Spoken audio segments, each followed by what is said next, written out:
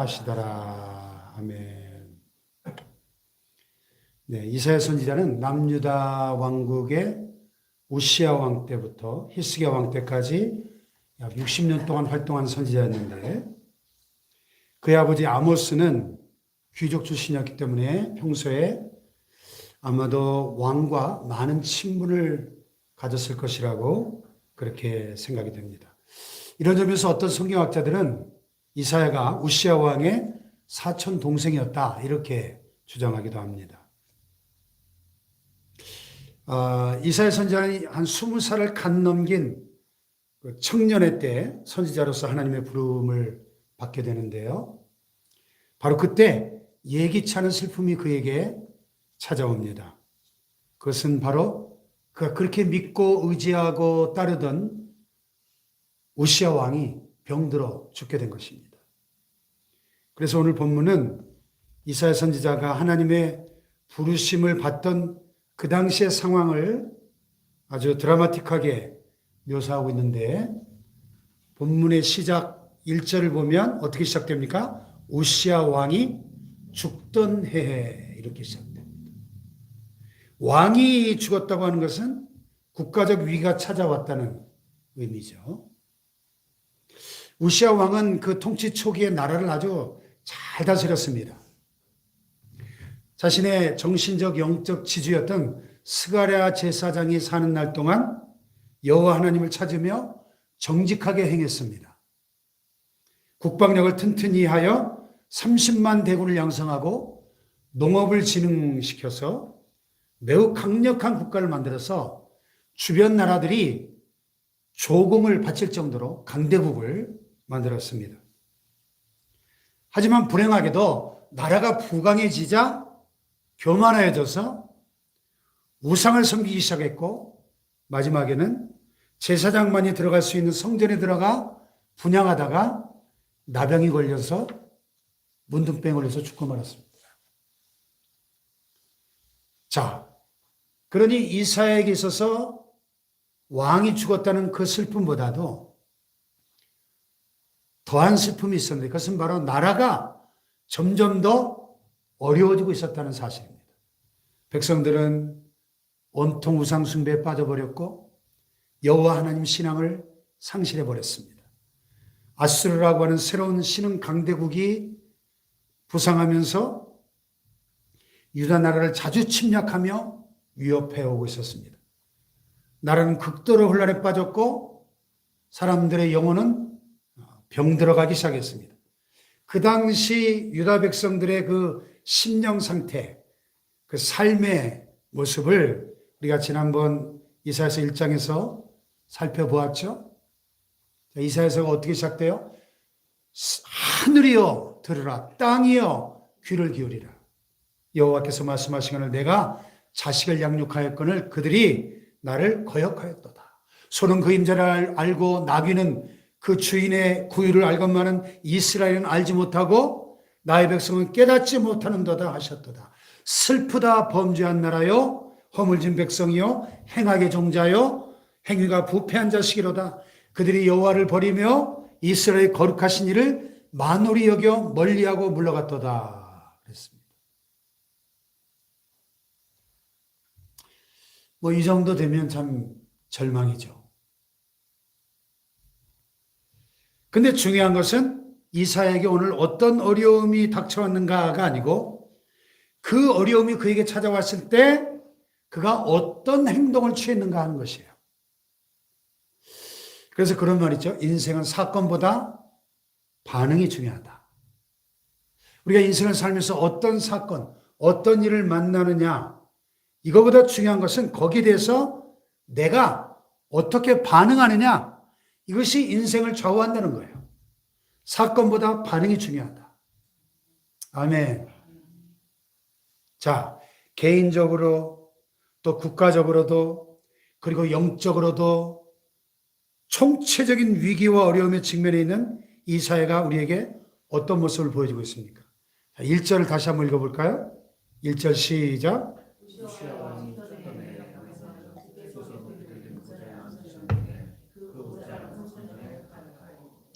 자, 지금 이사야가 있는 곳이 어디입니까?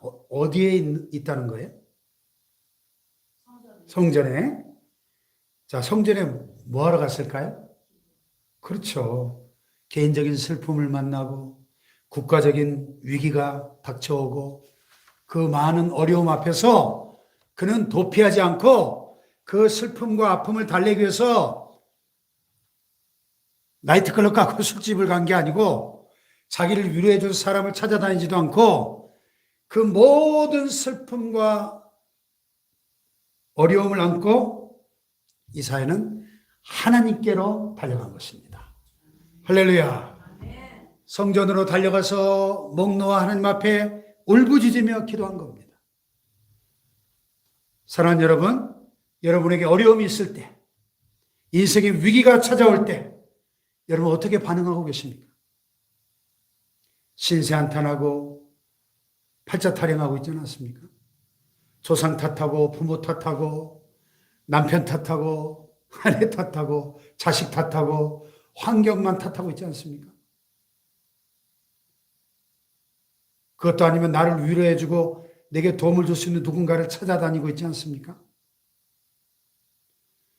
우리는 슬픔과 아픔을 당하고 위기를 만나고 어려움이 있을 때 무엇보다도 먼저 이사야처럼 하나님께로 달려나가야 할 줄로 믿습니다. 성전으로 달려나가야 합니다. 기도하며 부르짖어야 합니다. 내가 아무리 어렵고 슬픈 상황 속에 있다 할지라도 아무리 큰 위기를 만났다 할지라도 하나님께 나아가면 하나님은 우리를 치료하실 수 있습니다. 우리의 위기를 기회로 바꾸어 줄 수 있습니다. 모든 어려운 상황을 역전시켜 주시는 것입니다. 할렐루야. 슬픔, 고통, 위기, 어려움이 찾아왔을 때 바로 그때가 하나님을 만날 때인 것입니다. 할렐루야. 이사야처럼 하나님께로 달려나가면 하나님이 우리를 만나주시고 우리를 찾아오시는 겁니다. 여기 1절 이하에 보니까 이사야가 성전에 갔을 때 기도할 때 하나님이 그에게 무엇을 보여주셨습니까? 두 가지를 보여주셨는데 첫째, 주께서 높이 들린 보좌에 앉으신 모습을 보았습니다. 높이 들린 보좌. 근데 그 옷자락이 어떻게 해요? 성전에 가득한 하나님의 영광을 본 거죠. 크고 위대하신 하나님의 영광. 두 번째는 스랍들이 모시고 있어요. 스랍은 세라핀, 최고위급 천사들이죠. 하나님 보좌 가장 가까운 곳에서 하나님을 호위하는 고위급 천사들. 그 거룩한 천사들이 6날개를 가지고 2날개로는 얼굴을 가리고 2날개로는 발을 가리고. 왜 얼굴과 발을 가렸을까요? 거룩하신 하나님을 차마 볼 수 없었어요. 얼굴만 가린 것도 부족해서 발도 가려야만 했습니다. 얼마나 하나님의 거룩하심이 지엄하신지. 할렐루야. 그리고 나머지 2날개로 날면서 서로 찬양을 하는데 뭐라고 찬양해요? 거룩하다, 거룩하다, 거룩하다. 만군의 여호와여, 그의 영광이 온 땅에 충만하도다. 이렇게 찬양할 때 그 화답하는 자의 소리 때문에 어떻게 돼요? 문지방의 터가 막 요동치고 지진이 나는 것처럼 성전의 연기가 충만했다. 연기, 구름, 불, 이것은 쉐키나 하나님의 영광이 현현할 때 나타나는 현상들이죠.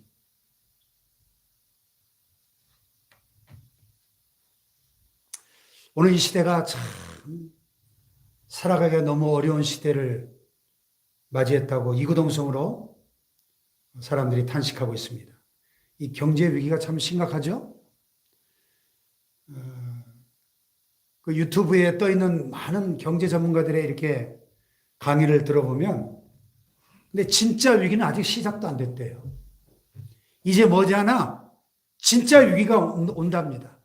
진짜 큰 것이 온대요. 네, 반드시 온답니다. 세계적인 경제 대공황이 올 것이라고 많은 전문가들이 경고하고 있어요. 또 우리가 요한계시록을 연구해 보면 그 경제 대공황은 필연적인 거예요. 필연적인 거. 예수님 재림 직전에 필연적인 종말의 한 현상입니다. 이 코로나 같은 자연과 어떤 질병의 전염병의 이런 재앙과 더불어서 이 경제 대공황은 예고된 거예요. 그러니까 사실 미래가 얼마나 암울하고 불안한지 몰라요. 모든 것이 불투명하고 사실 절망적입니다. 그러나 만일 여러분이 지금 어려운 시기를 지나고 있다면, 깊은 슬픔에 빠져 있다면, 아프다고 신음소리를 내고 있다면, 지금이야말로 하나님을 바라보고 하나님을 만날 순간이 찾아온 것입니다. 할렐루야. 이사야를 보세요. 이사야가 슬픔과 그 절망의 때에 성전에서 하나님을 본 것처럼 하나님을 보는 체험이 필요한 것입니다. 하나님을 보는 순간 이제 더 이상 절망은 없는 것입니다. 할렐루야. 왜 사람들이 절망할까요? 왜 극단적인 선택을 할까요? 하나님을 보지 못하기 때문에. 이사야처럼 정말 하나님을 만난다면, 정말 하나님의 영광을 본다면 절대로 절망하지 않을 것입니다. 할렐루야. 오늘 제가 설교 제목이 뭐였죠, 오늘? 하나님께 쓰임받는 사람. 다 같이 하나님께 쓰임받는 사람. 어떤 사람이 하나님께 쓰임받을까요? 하나님은 어떤 사람을 쓰실까요? 하나님이 쓰시는 사람은 이 땅 위의 것들만을 위해 사는 사람이 아닙니다. 영혼의 세계를 준비하고 영혼의 세계를 바라보고 영혼의 세계를 기대하며 거기에 투자하는 사람. 할렐루야. 예수님께서 말씀하신 것처럼 너희 보물을 땅에 쌓아두지 말라. 너희를 위하여 보물을 어디에? 하늘에 쌓아두라 그랬죠. 이 땅에 보물을 쌓아놓고 이 땅을 위해서만 사는 사람, 평범한 사람이죠. 대부분의 사람이 그렇게 사니까. 그러나 하늘에 보물을 쌓아두고 영원한 하나님의 나라를 위하여 일하는 사람, 그 사람이 진정 큰 사람이고 영적 거인인 것입니다. 만약에 지금 여러분의 관심이 온통 이 땅에서 잘 먹고 잘 사는 것에만 있다면 여러분은 영적으로 큰 사람이 아닙니다. 영적으로 큰 사람은 언제나 관심이 영원한 나라, 하나님 나라에 가 있습니다. 여러분의 관심사와 비전이 변화되는 이 밤 되기를 축복합니다. 할렐루야. 이 땅이 전부인 것처럼 살고 계십니까? 그래서 이 땅에만 보물을 쌓아두며 살아가고 계십니까? 그렇다면 하나님은 여러분을 사용하실 수가 없습니다. 왜요? 하나님이 영원하신 분인데 그 하나님의 영혼을 조금이라도 이해하고 그것을 바라보는 자를 하나님이 쓰실 수 있습니다. 근데 영원한 내일을 바라보지 못하고 그저 오늘만을 위해 살아가는 사람은 영적인 거목이 아니라 하루살이 벌레처럼 초라한 인생인 것입니다. 사랑하는 여러분, 오늘만을 위해 살지 말고 영원을 위해 살아가는 자들이 되시길 축복합니다. 할렐루야. 어떤 설교자가 청년들에게 설교하면서 이렇게 도전을 줬어요. 청년들이여 두려워하라 평범한 죽음을. 우리가 정말 두려워해야 될 게 뭐예요? 평범하게 살다가 평범하게 죽는 거. 이사야는 그렇게 높고 위대하신 하나님의 영광을 보는 순간 자기 자신의 초라함과 죄악을 깨닫게 되죠. 그래서 회개하기 시작합니다. 뭐라고 회개했습니까? 5절을 보세요. 5절. 시작.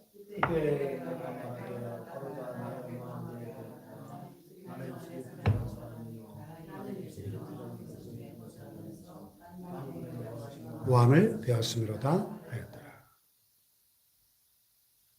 화로다 나여 망하게 되었도다.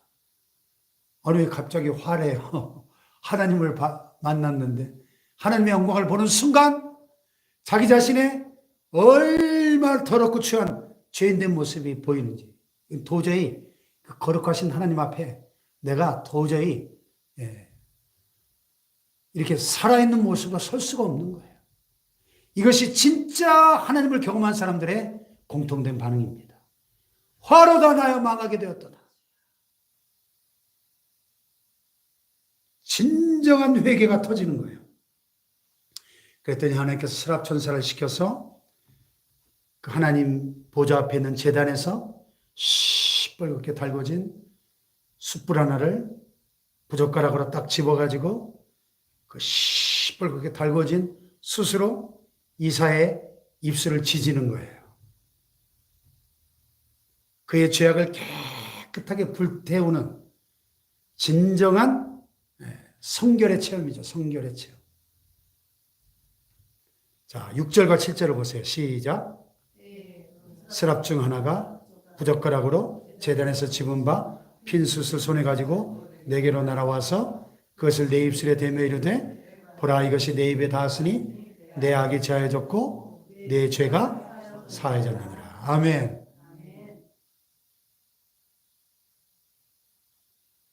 진정한 회개와 거룩을 경험하게 하신 거죠.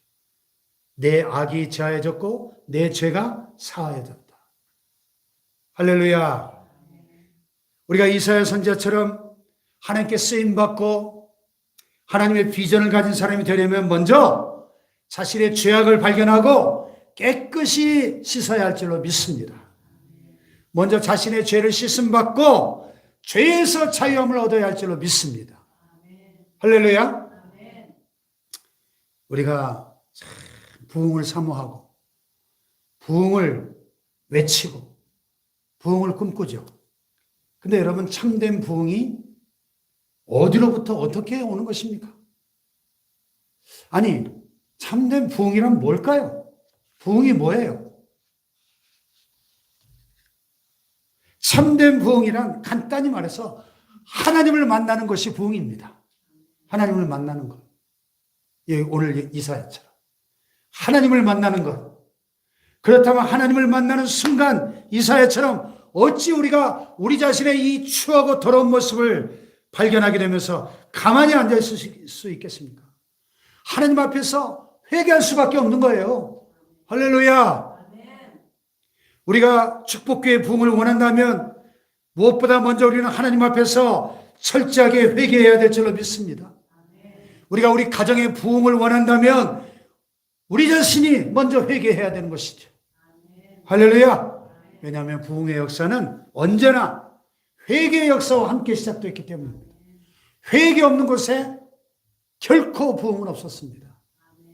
한국교회 초창기 1907년 평양 대부흥운동이 일어났는데 길선주 목사님의 당시 길선주 장로님의 공개적인 회개가 도화선이 돼서 성령의 불이 임하고 온 회중이 평양 장대형교회 그 온 회중들이 각자 자기의 죄를 토해내면서 회개하는 놀라운 회개와 성령의 불이 임하였습니다. 할렐루야. 17세기 미국의 조나단 에드워즈 목사님의 영적 대각성운동, 또 18세기에 영국의 존 웨슬리와 찰스 웨슬리 형제, 그리고 동시대 미국의 조지 휘필드 목사님에 의해서 일어난 이 대부흥운동도 당시 그 사회에 만연했던 죄악들을 회개하기 시작했을 때 일어났어요. 할렐루야. 사랑하는 여러분, 오늘 우리가 회개해야 될 게 뭘까요? 오늘 우리가 하나님 앞에서 회개하고 그 더러운 죄악들을 이제는 깨끗이 버리고 청산해야 될 줄로 믿습니다. 할렐루야. 마치 야곱이 세겜에서 그 세속 도시에서 하나님과의 약속을 잊어버리고 그 세속 도시의 안주에 살다가 자기의 딸 디나가 세겜의 추장에게 강간당하고 거기에 대한 보복으로 야곱의 아들들이 그 세겜의 모든 남자들을 칼로 죽이는 끔찍한 대살육이 일어났을 때 그제서야 자신의 잘못을 깨닫고 자기 집안에 있는 모든 우상단지들을 다 세겜 상수리 나무 아래 묻어놓고 우리가 일어나 베델로 올라가자 나의 환난 날에 내게 응답하신 여호와께 내가 제단을 쌓으려 하노라. 할렐루야. 야곱의 가정에 진정한 회개와 부흥이 일어나는 것을 봅니다. 아멘. 마찬가지로 우리도 그 죄악의 우상단지들을 상수리 나무 아래 파묻고 다시는 죄악된 삶으로 돌아가지 않겠다고 결단하고 일어나 베델로 올라가는 그런 진정한 회개와 부흥이 필요한 것입니다. 할렐루야.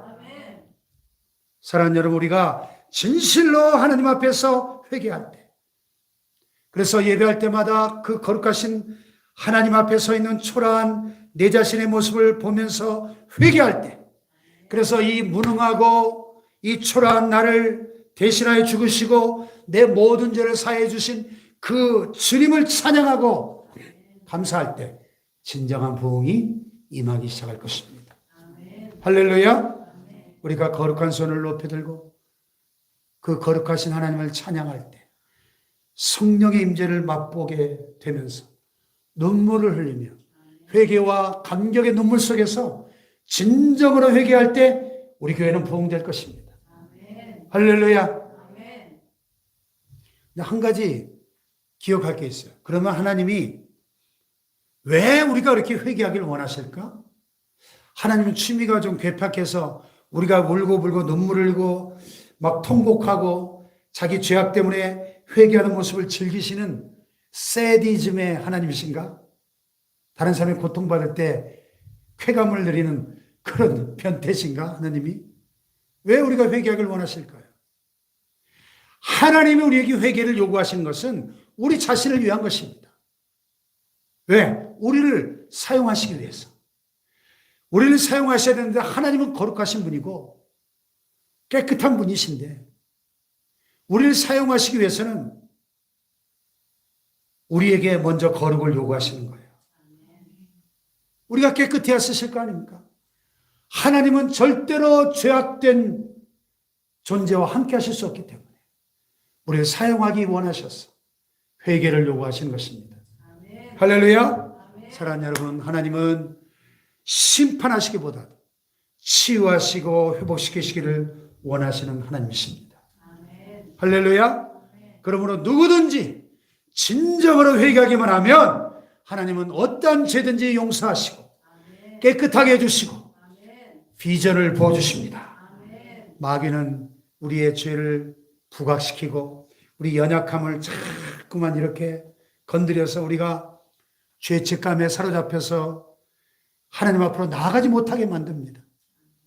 그러나 하나님은 우리의 죄와 실패와 연약함을 용서해 주시고 치유해 주시고 회복하여 주시기를 기뻐하시는 분이십니다. 할렐루야. 이렇게 회개하고 죄 씻음, 죄 사함을 경험한 이사야 선지자가 하나님의 부르심을 듣습니다. 여기 8절을 보세요. 8절 시작.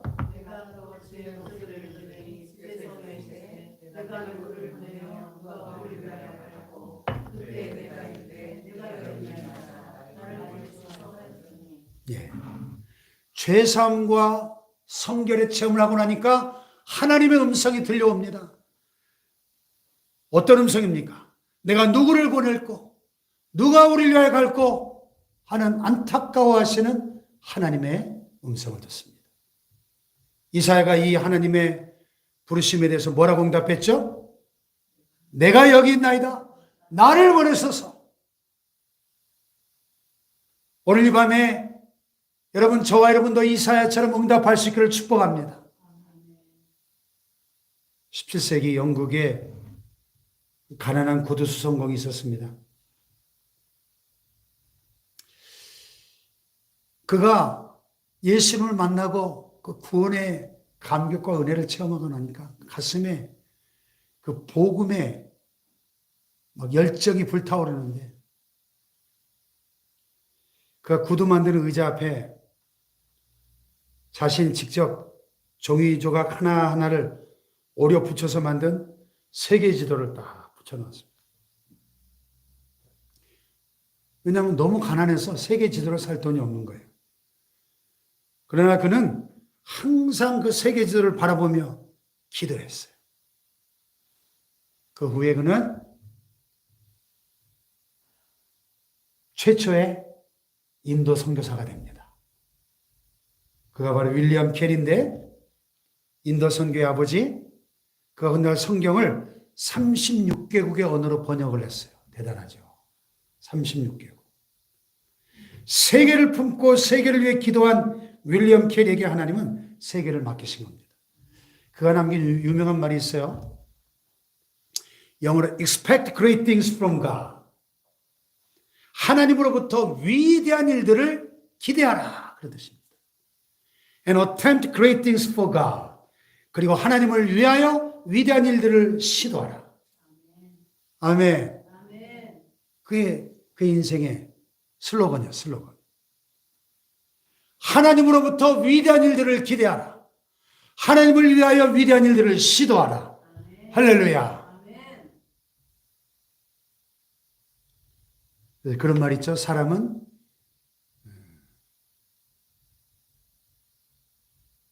기도만큼 이루고 비전만큼 산다. 그런 말 들어보셨어요? 예? 주보에 있나요? 예. 사람은 기도만큼 이루고 비전만큼 산다. 주보에 그런 말을 실은 적이 없는데. 그러네요. 인생은 비전만큼 살고 기도만큼 이룹니다. 야, 주보를 열심히 보시는구나. 난 내가 써놓고도 있는지도 몰랐네. 예, 참 멋있는 말이죠? 같이 해볼까요? 인생은 비전만큼 살고 기도만큼 이룹니다. 할렐루야. 사랑하는 여러분, 그러면 이제 여러분의 방에도 세계지도를 하나 붙여놓고 기도하시지 않겠습니까? 구두수성공도 세계지도 붙여놓고 기도했다면. 할렐루야. 허황된 꿈이 아니라 정말 세계지도를 보면서 세계를 품고 기도하고 비전을 키워나갈 수 있길 바라요. 우리 교회도 이렇게 작은 교회지만은 진짜 세계 선교지도를 하나 좀 만들어 저 뒤에 붙여놔야 되겠어요. 세계 선교, 세계를 품고 태국을 품고 중국을 품고 할렐루야. 아프리카를 품고 하나님이 선교의 문 열어주시면 뭐 언제든 갈 수 있는 거죠. 지금 태국으로 오라고 계속 제 동기동창 목사님이 지금 계속 저에게 콜을 보내요. 예? 70에 은퇴하시고 태국 선교사로 가셨어요. 감리교 목사님이신데 태국 치앙라이에. 예. 그래서 연말 안에 오래요. 저보고. 하나님이 열어주시면 가는 거죠. 세계를 품고 기도할 때 그 세계를 맡기시는 거예요. 하나님이.